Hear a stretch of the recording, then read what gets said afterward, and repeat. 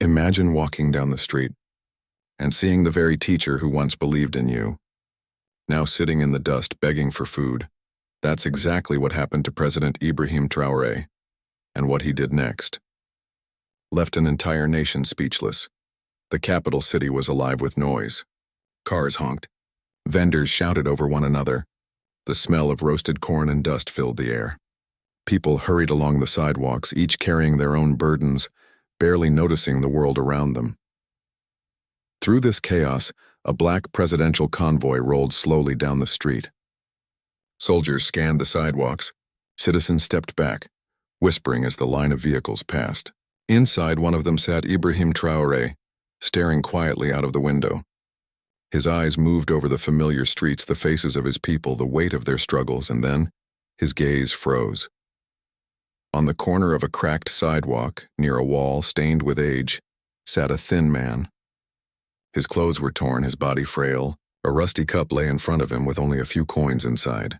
His hands trembled as he held them out, but the crowd walked past as if he didn't exist. Something inside Ibrahim tightened. He leaned forward and gave a command. The convoy screeched to a halt. Soldiers looked at one another, confused, but obeyed. Doors swung open. Boots hit the ground. The president stepped out, the crowd gasped. Whispers spread quickly. Why would the president stop here? What had caught his attention?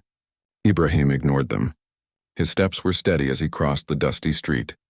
With each stride, his chest grew heavier, as if his heart already knew the truth his eyes had not yet accepted.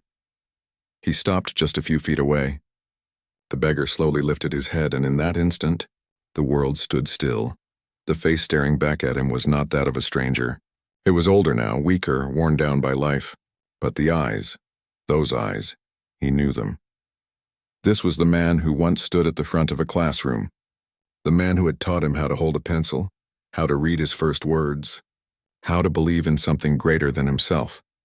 It was his teacher, the same teacher who once told him, "Knowledge is power, my boy." And now, that very man sat in the dirt, begging for mercy from the same world he had once tried to change. The dust clung to Ibrahim's uniform as he stepped closer. His chest tightened, his heartbeat heavy in his ears. When the frail figure lifted his head, Ibrahim's breath caught in his throat. It was Mr. Diallo, his teacher, his guide, the man who once told a barefoot boy that knowledge could change the world. But now the same man sat in the dirt, his body weak, his eyes clouded with years of struggle. The crowd fell silent, watching in disbelief as the president of Burkina Faso stood frozen before a beggar. Ibrahim dropped to his knees. Gasps rippled through the people. Soldiers shifted nervously, unsure if they should move. "Teacher," Ibrahim's voice trembled. Do you remember me?" Mr. Diallo blinked, staring at the man before him. At first, confusion clouded his face. Then, slowly, recognition returned. His lips shook as he whispered, "Ibrahim? My little Ibrahim? The boy who sat in the front row even when the roof leaked? The boy who never stopped asking questions?" The words struck Ibrahim like an arrow. His eyes burned with tears he refused to hide.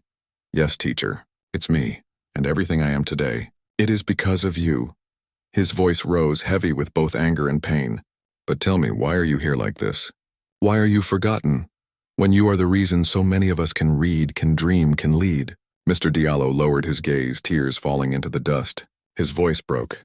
"I gave everything to my students, Ibrahim. But when the years passed, the world moved on. I was left behind." The weight of those words crushed Ibrahim's heart. He grabbed his teacher's frail hands and pulled him up. His voice thundered before the crowd. "No, you are not forgotten. Not while I live. Without you, there would be no Ibrahim Traoré. And before my people, I swear, you will never suffer again." The crowd erupted, cheers, tears, and prayers filling the air. And in that moment, a forgotten teacher was lifted once more, not as a beggar, but as a hero. The streets roared with applause, but Ibrahim was not finished.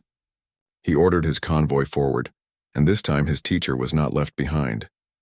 Mr. Diallo sat in the president's car, disbelief in his eyes as the people cheered along the road. When they reached the prime minister's residence, the gates opened wide. For the first time in his life, Mr. Diallo entered not as a servant of society, not as a forgotten beggar, but as an honored guest. Doctors rushed forward. He received proper health treatment, his frail body cared for with dignity. Fresh clothes were brought, a warm bed was prepared, and at the table of the president he was served food fit for a man of honor. As he sat, tears welled in his eyes. "Ibrahim, you have given me more than I ever imagined." But Ibrahim leaned closer. "Teacher, tell me, what is your deepest desire? What would make you truly happy?" Mr. Diallo was silent for a moment. Then with a trembling voice he spoke. "I do not need wealth or luxury, but my heart aches for the many teachers, the public servants, the men and women who gave everything to this nation, only to be forgotten in their old age. My wish is simple. Let them have a roof, let them have food, and let them live their last days in peace." Ibrahim nodded, his jaw set with determination. "Then that will be your legacy, teacher, and I will make it law." Days later, the great hall of the nation overflowed with people. Ministers, generals, students, and citizens gathered for a historic announcement. At the center of the stage stood Ibrahim, and beside him, Mr. Diallo, no longer a beggar but a symbol of justice. Ibrahim raised his hand. "Today we launch a new scheme. Every teacher, every servant of this nation who gave their life in service will never be abandoned again. They will have a home. They will have food. They will live with dignity until their last breath." The applause shook the hall. And then Ibrahim stepped aside. "Teacher, the people need to hear from you." Mr. Diallo gripped the podium, his hands trembling. His voice was weak, but every word struck deep. "My children, my people, once I believed my story had ended in the dust of the streets. But today my student lifted me again. This scheme is not about me. It is about every forgotten servant who gave their years to build our future. May no teacher, no nurse, no servant of the nation ever go hungry again. May no child ever forget those who once lifted them. If I leave this world tomorrow, I will leave knowing our leaders still carry gratitude in their hearts." The hall erupted in cheers, many wiping tears from their eyes. That day, a new chapter began. A teacher's pain became a nation's promise, and a leader showed the world that true power is measured not in wealth, but in remembering those who built us. The story of Ibrahim Traoré and his teacher, Mr. Diallo, is more than just a reunion. It is a reminder to the world that greatness is never built alone. Behind every leader stands a teacher. Behind every success, there is someone who once sacrificed in silence. Ibrahim could have walked past that day. He could have ignored the frail figure on the sidewalk, but instead he stopped. He remembered. And by remembering, he gave dignity not only to his teacher, but to every forgotten servant of the nation. This is the true measure of leadership. Not power, not titles, but gratitude. The ability to look back and honor the hands that once lifted us when we were weak. And so a scheme was born. A promise that no teacher, no public servant, no soul who dedicated their life to the people would ever be left behind again. Now I ask you, watching this story, who was your Mr. Diallo? Who gave you hope when you had none?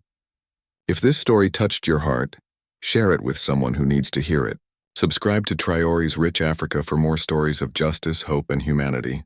And together, let's never forget those who once believed in us.